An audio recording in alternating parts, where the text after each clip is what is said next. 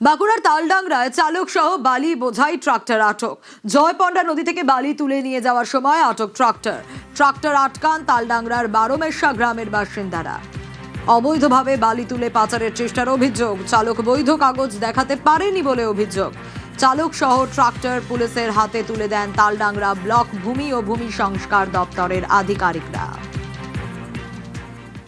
Phone মারফত জানতে পারি তালডাংরা থানার অন্তর্গত বারোমেশা গ্রামে ওই ট্রাক্টরে করে অবৈধভাবে বালি নিয়ে যাচ্ছে। আমরা সেই মতো সেখানে যাই এবং গ্রামবাসীরা সেটা আটক করে রেখেছিল। আমরা থানাকে করি, থানা এবং আমাদের যৌথ উদ্যোগে তাদের গাড়ি সহ ড্রাইভারকে নিয়ে আসা হয় এবং তাকে কাস্টডিতে দেওয়া হয়। আর নজর রাখবো এবার আগ্নেয়াস্ত্র বোমা রুখতে রাজ্যের কড়া পদক্ষেপ। হ্যাঁ, নির্দেশ দেওয়া হয়েছে রাজ্য পুলিশের এডিজি আইন শৃঙ্খলার তরফ থেকে। বেশ কিছু নির্দেশ দেওয়া হয়েছে। অমিতের কাছ থেকে জানার চেষ্টা করি। অমিত, ঠিক কি কি নির্দেশ দেওয়া হলো আগ্নেয়াস্ত্র বোমা রুখতে? ইনফ্যাক্ট তোলাবাজি রুখতেও কড়া নির্দেশ দেওয়া হয়েছে। প্রথমে জানিয়ে রাখবো, সোমবার দিন রাজ্য জেলা প্রশাসনের সঙ্গে বা রাজ্যের যে পুলিশ প্রশাসন রয়েছে তাদের সঙ্গে যে বৈঠক করেছিলেন মুখ্যমন্ত্রী শুভেন্দু অধিকারী, সেখানে তিনি কড়া পদক্ষেপ নিতে হবে এমনটা কিন্তু নির্দেশ দিয়েছিলেন।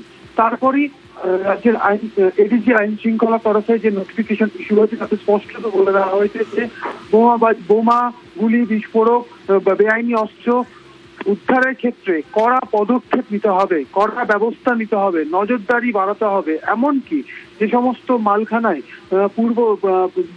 প্রিভিয়াস কেসের যে সমস্ত বোমা, গুলি বা আগ্নেয়াস্ত্র, বেআইনি আগ্নেয়াস্ত্র বাজেয়াপ্ত করা হয়েছিল সেগুলো মালখানাতে সঠিকভাবে নথিভুক্ত রয়েছে কিনা সেগুলো থানার আইসি বা ওসিকে 15 তারিখের মধ্যে সেগুলো দেখতে হবে যে সেগুলো সমস্ত কিছু ঠিকভাবে নথিভুক্ত রয়েছে কিনা।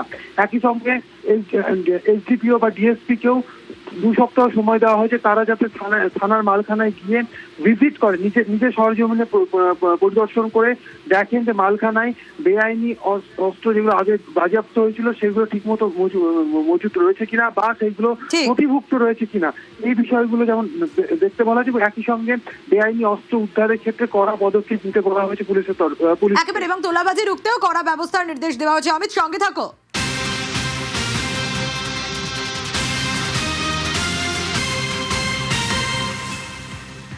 শুধু এই নির্দেশ নয়, এর পাশাপাশি নজরে রয়েছে 21-এর ভোট পরবর্তী অশান্তি। হ্যাঁ, প্রয়োজনে পুরনো মামলা খোলার নির্দেশও দেওয়া হয়েছে। ঠিক কি নির্দেশ দেওয়া হয়েছে অমিতের কাছ থেকে জানি। অমিত, এ নিয়ে রাজ্য পুলিশের এডিজি আইন শৃঙ্খলা কি নির্দেশ দিলেন? দেখো, 2021 বিধানসভা নির্বাচনের পরে একাধিক জায়গাতে ভোট পরবর্তী অশান্তি বা ভোট পরবর্তী অশান্তি সম্পর্কিত মামলা রুজু হয়েছিল বিভিন্ন থানাতে, এবং সেই সময় থানায় বিভিন্ন থানার ক্ষেত্রে যারা তদন্তকারী অফিসার ছিলেন তাদের বিরুদ্ধে এই সমস্ত তদন্ত পরিচালনা করার ক্ষেত্রে গড়িমসি বা অবহেলার অভিযোগ উঠেছিল বা তাদের বিরুদ্ধে অভিযোগ উঠেছিল যে ভোট পরবর্তী হিংসা অশান্তির ক্ষেত্রে তারা ঠিকমতো তদন্ত করেনি। তারা কোর্টের রিপোর্ট জমা দিয়ে দিয়েছেন বা শুধুমাত্র জিডি করে ছেড়ে দিয়েছেন। সেক্ষেত্রে এডিজি লয়ারের তরফে যে নির্দেশিকা জারি করা হয়েছে তাতে বলা হয়েছে 2021 সালের ভোট পরবর্তী অশান্তি মামলার ক্ষেত্রে সমস্ত মামলার কি অবস্থা রয়েছে, কি স্ট্যাটাস রয়েছে সেগুলো দেখতে হবে। যদি দেখা যায় যে সমস্ত জায়গাতে বা যে সমস্ত থানাতে এই সমস্ত মামলার তদন্ত নিয়ে অভিযোগ উঠেছিল সেগুলো ফাইল কি রয়েছে, সেগুলো ফাইল কি রয়েছে, সেগুলো অবস্থা কি রয়েছে সেগুলো দেখা।